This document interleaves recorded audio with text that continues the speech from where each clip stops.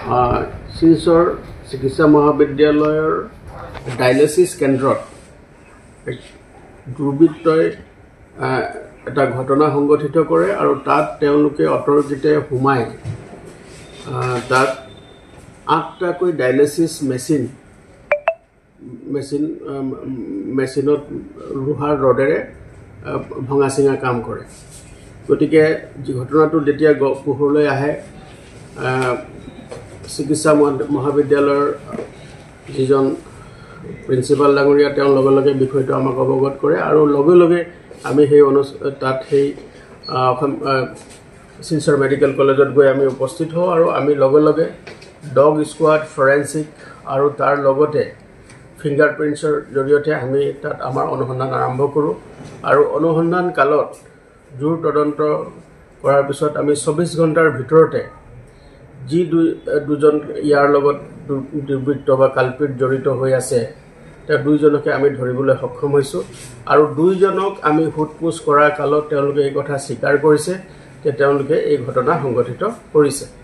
প্ৰথম কথা হ'ল তেওঁলোকে সেই ঠাইৰে এটো ডায়ালিসিস সেন্টাৰ আছে সেই ডায়ালিসিস সেন্টাৰে এজন হ'ল হাউসকিপিংত কাম কৰা ব্যক্তি আৰু তেওঁৰ নাম হ'ল সমীৰ উদ্দিন আনসাৰী।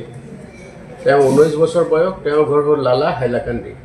তেওঁ এই ঘটনাটো সংঘটিত কৰিছে আৰু তেওঁৰ লগত সহযোগ কৰিছে আন এজন ব্যক্তি আৰু সেই ব্যক্তিজনৰ নাম হ'ল আলমগীৰ মিয়া। তেওঁ টেকনিচিয়ান হয়, 28 বছৰ বয়স আৰু তেওঁৰ ঘৰ হ'ল ত্ৰিপুৰা আৰু তেওঁ এপলো ডায়ালিসিস ইউনিটৰ হৈ তাত তেওঁ কৰ্মৰত হৈ আছে।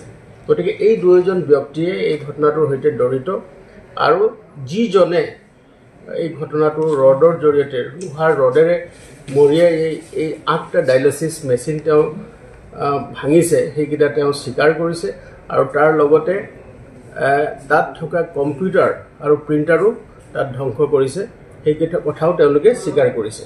আৰু 3 মহলৰ ওপৰত থকা এই ডায়ালিসিস সেন্টাৰটোত তাত সিসিটিভি নথকাৰ সুযোগ লৈ তেওঁলোকে এই ঘটনা সংঘটিত কৰিছে।